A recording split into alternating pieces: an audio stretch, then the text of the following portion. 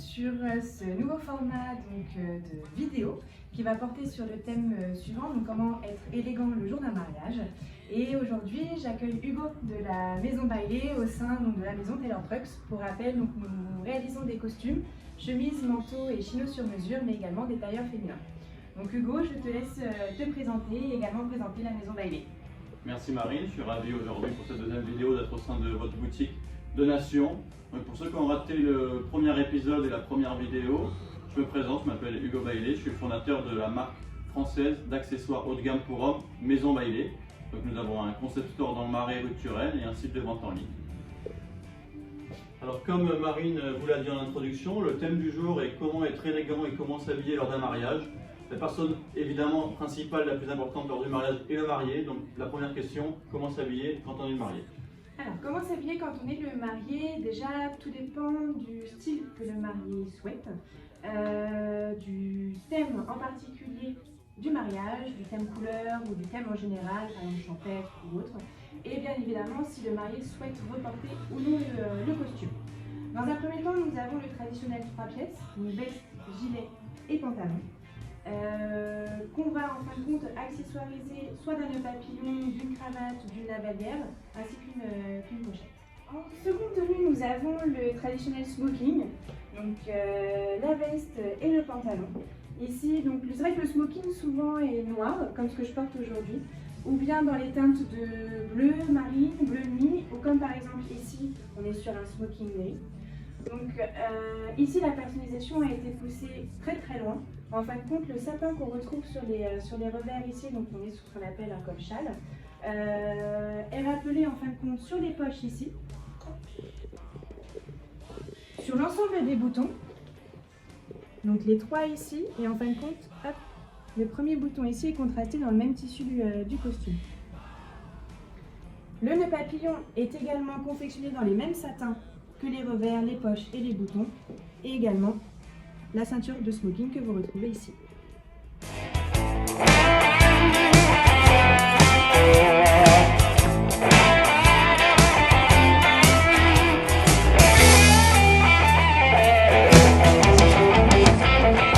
Little man, he felt so very bad. One meatball is all. Et enfin, nous avons le traditionnel 2 pièces, donc veste et pantalon, où ici on va retrouver pareil une large personnalisation. En fin de compte, le nœud papillon et la pochette sont assortis dans un tissu Liberty. Hop, juste ici, nous avons également le contraste de la première boutonnière, donc toujours sur 4 boutons, et on ouvre toujours la première boutonnière. Hop. Et enfin, le clou du spectacle. Toutes les poches à l'intérieur ont été contrastées dans le tissu Liberty qui rappelle en fin de compte l'ensemble des accessoires de la tenue.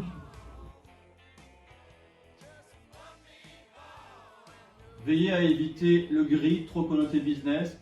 Le bleu marine est toujours une bonne couleur, mais parfois c'est plus original de partir sur du beige, du bordeaux ou du vert anglais.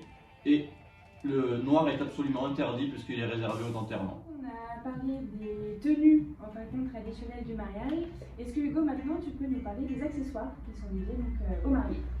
Tout à fait. Alors déjà, comme tu l'as dit, il y a différentes façons de s'habiller lorsqu'on est marié lors d'un mariage. Donc les accessoires vont différer en fonction de la tenue choisie. Donc tout d'abord, si vous optez pour le smoking traditionnel, comme nous avons vu tout à l'heure, qui peut être soit à col-châle, comme ce smoking sur mesure de chez Taylor Trucks, soit à col flèche ou dit en pointe. Donc avec le smoking, il est évident qu'on n'a pas le choix pour orner son cou, on opte pour un nœud papillon. De préférence, je préfère les nœuds papillons à nouer soi-même, puisque pendant la soirée, c'est très élégant de pouvoir le porter dénoué à la James Bond sortant du casino, donc ici sur un nœud papillon en pure soie. Lorsqu'on porte un nœud papillon, à nouer ou pré-noué, il est très important de l'assortir d'un cummerbund ou ceinture de smoking. Donc on ne porte pas de ceinture traditionnelle, on porte une ceinture de smoking qui cache les passants de la ceinture. Normalement, si vous avez opté pour un costume sur mesure, vous n'avez pas besoin de ceinture puisque le pantalon est parfaitement à votre taille.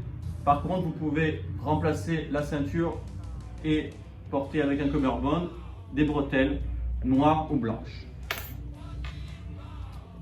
La deuxième option, la plus traditionnelle, c'est quand vous optez, comme on a vu tout à l'heure avec Marine, pour un costume droit, de préférence 3 pièces, donc avec un gilet.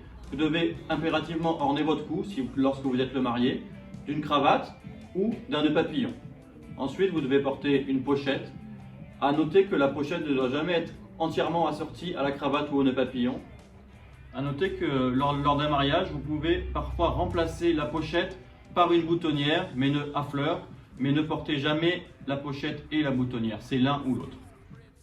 La troisième possibilité, lorsque vous êtes le marié lors d'un mariage, selon moi, est le port du frac, donc de la veste longue, avec ou sans gilet, mais avec gilet est privilégié.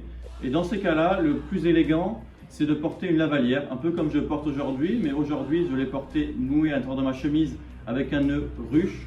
Mais vous pouvez porter la lavalière lors d'un mariage à la façon d'une cravate, avec une épingle de lavalière. C'est un accessoire infiniment élégant pour hommes, que ce soit pour un look casual ou pour un look lors d'un mariage. Donc la lavalière peut remplacer la cravate, nouée comme une cravate avec une épingle de lavalière. Pour l'ensemble des 3 tenues que nous avons vues lorsqu'on est le marié, il est important de porter une chemise à French cuff ou à poignée mousquetaire, donc avec des boutons de manchette, qui peuvent être soit comme un bijou, parce qu'historiquement et normalement dans les règles de l'élégance font que les boutons de manchette sont avec la montre les seuls bijoux que l'homme peut porter. Donc on peut porter soit à bijoux, soit en passementerie, dans un esprit un peu plus décontracté, en prenant des couleurs qui peuvent rappeler le coloris de la veste. C'est quelque chose de plus léger, de plus facile à porter pour ça, et de plus décontracté. Plus spécifiquement, lorsqu'on porte un smoking, donc pour la tenue smoking, il est important de porter des boutons appelés studs ou goujons. Ceux-ci sont reversibles, soit d'un côté noir en onyx, si vous avez opté pour un nœud papillon foncé, soit d'un côté blanc nacré, si vous avez opté pour un nœud papillon clair. Donc ça se présente sous la forme de 4 boutons, appelés studs ou goujons, qui sont très importants à porter avec un smoking lorsqu'on a une chemise habillée. Et on peut également avoir les boutons de manchette assortis à ces studs. Maintenant que nous avons parlé du marié, on va parler du témoin ou alternativement de la famille. Comment les témoins peuvent s'habiller? Alors, pour éviter de trop dénoter avec le marié, c'est vrai que nous, on privilégie à ce que les témoins portent un look un peu décontracté, mais sans négliger l'élégance entre guillemets. Donc par exemple, porter une veste très habillée, par exemple une veste bordeaux qui peut être très élégante, comme on a vu tout à l'heure sur ce costume 3 pièces, avec, hop, je vous ai fait une petite sélection de tissus chino, en fin de compte, donc pour les pantalons chino, dans les teintes un peu claires. Donc c'est vrai que ça match hyper bien avec une veste de couleur, même une veste un peu verte en laine froide comme le look qu'on a vu dans la précédente vidéo, mais également avec une couleur bordeaux. Alors maintenant qu'on a vu vraiment l'ensemble des accessoires pour le marié, qui a été très bien expliqué de ta part Hugo, je te remercie. Maintenant on va parler des accessoires donc, qui sont dédiés aux invités et ou témoins. Alors, pour différencier les témoins et les témoins ils doivent être en harmonie avec le marié, sans lui faire de l'ombre, donc pas être plus habillé que le marié. Donc le plus facile, c'est de partir sur un costume uni, bleu marine, beige, bordeaux ou vert anglais, comme tu l'as dit, parce qu'il faut que tous les témoins soient habillés de la même façon. Au niveau des accessoires, il faut faire le même choix que le marié, cravate ou nœud papillon, pochette ou boutonnière. Alors également, les témoins peuvent jouer sur les accessoires. Donc, par exemple ici, je vous ai pris plusieurs modèles de nœuds papillons. En fin de compte, par exemple ici, le marié était uniquement sur un tissu Liberty, donc 100% Liberty comme ceci, mais dans ce modèle-là. Et en fin de compte, le bleu que vous voyez ici, qui correspond au look qu'on a vu tout à l'heure, et son look de mariage, donc c'est son costume de mariée. Et pour éviter d'avoir les mêmes accessoires, ces témoins ont en fin de compte un rappel de sa tenue et le rappel du tissu Liberty de son nœud papillon. Donc là c'est un premier exemple. Sinon vous avez effectivement les tissus 100% Liberty, sans autre contraste dessus. Sur cet exemple-là de nœud papillon, ici le client a un look dépareillé. Donc en fin de compte, la veste et le pantalon sont en tissu vert et le gilet est dans un autre tissu, pardon. Donc pareil, on a matché les deux, on a doublé le nœud papillon pour en fin de compte avoir le tissu costume et le tissu gilet. Ici, un nœud papillon un peu particulier parce qu'en fin de compte, hop, nous sommes sur une doublure intérieure de veste pour le derrière du nœud papillon. Et sur le devant, nous sommes sur le look smoking. Donc ici, ce monsieur est parti sur un smoking blanc croisé. Donc on a le rappel sur le nœud papillon avec le rappel de la doublure intérieure de sa veste. Nous avons vu le marié, nous avons vu les témoins ou la famille. Maintenant, nous allons voir comment un invité doit s'habiller lorsqu'il est invité à un mariage ou à une cérémonie. Alors, c'est vrai que c'est à peu près la même chose que les témoins, mais avec quand même quelques différences. Il est vrai qu'un invité peut se permettre plus de choses, un peu plus large en termes d'accessoires, de vêtements ou autres. Un invité peut très bien porter un pantalon décontracté, par exemple un chino comme ce qu'on a vu tout à l'heure, avec une chemise un peu ouverte, tout simplement. Ou bien avoir effectivement une belle veste croisée, un beau blazer, toujours avec une petite pochette qui vient habiller la veste, comme on a vu avec les pochettes de la maison Bailey, tout simplement. Voilà. Alors, par contre, lorsque vous êtes un invité, vous pouvez opter pour quelque chose de plus décontracté. Au niveau des coloris, on est toujours voilà, sur des bleus marines, sur du beige, sur du bordeaux, sur du vert anglais. Mais ça peut être très élégant de porter un chino beige dépareillé avec un blazer bleu marine à boutons dorés. Et donc au niveau des accessoires, quand vous êtes invité, vous pouvez jouer, on a parlé tout à l'heure des bretelles pour le marié quand il est en smoking noir ou blanche. Quand vous êtes un invité, vous pouvez opter sur des bretelles un petit peu colorées.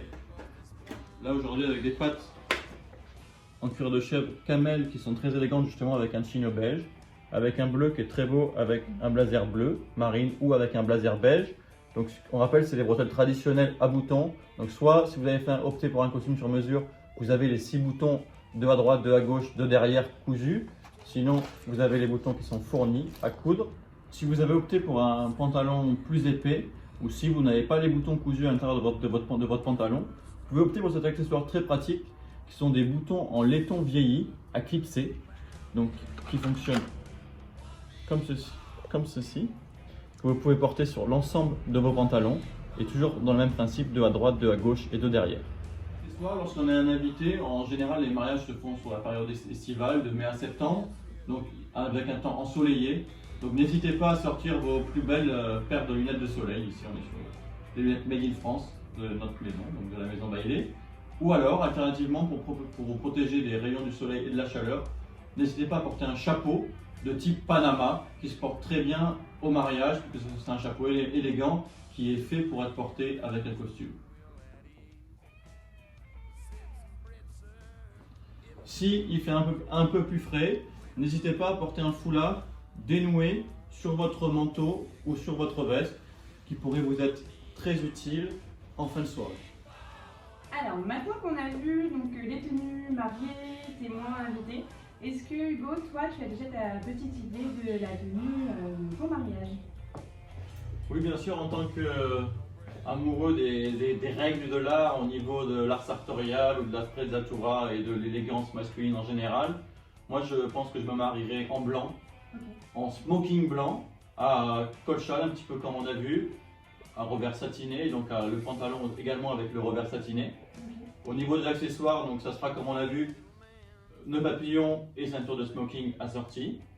Et je rajouterai un petit accessoire qui est un accessoire décalé que j'adore en toute saison et avec tous les looks. Parce que c'est un accessoire sur lequel on peut faire passer des messages et c'est un accessoire dandy original, ce sont des chaussons de smoking. C'est la nouveauté ça sera la nouveauté de la rentrée chez Maison Bailey. Donc des slippers en velours ou chaussons de smoking brodés et on va proposer différentes broderies. Donc je trouve que lorsqu'on porte un smoking, et lors d'un mariage ou non, et avec une tenue décontractée ou une tenue habillée, les slippers sont un accessoire très élégant et très dandy. Alors donc cette vidéo s'achève maintenant. Donc merci Hugo d'être venu au sein de la maison Taylor Trucks. Merci d'avoir partagé tes nombreuses connaissances sur vraiment l'univers masculin au niveau des accessoires, mais également des tenues. Effectivement, on va se retrouver désormais à la rentrée pour parler vraiment, cette fois-ci, business. Donc, est-ce que tu peux nous préciser, donner un peu un petit teasing, entre guillemets, sur la vidéo de la rentrée? Merci Marine. Tout d'abord, merci Marine pour ce rendez-vous, pour cette deuxième vidéo au sein de la maison de Taylor Trucks, où on espère qu'on vous a guidé et aidé pour la saison des mariages qui, on espère, va bientôt reprendre. Et donc, on se retrouve, comme Marine l'a dit, comme tu l'as dit, le mois prochain, en septembre à la rentrée, sur le thème costume business et accessoires. Comment s'habiller pour un entretien d'embauche, comment s'habiller pour son premier emploi, comment s'habiller lorsqu'on travaille en général, ou comment s'habiller lorsqu'on est étudiant en école de commerce ou en faculté. On va vous donner toutes les explications et les conseils pour votre premier costume ou votre prochain costume. Et ses accessoires bien sûr. Merci beaucoup.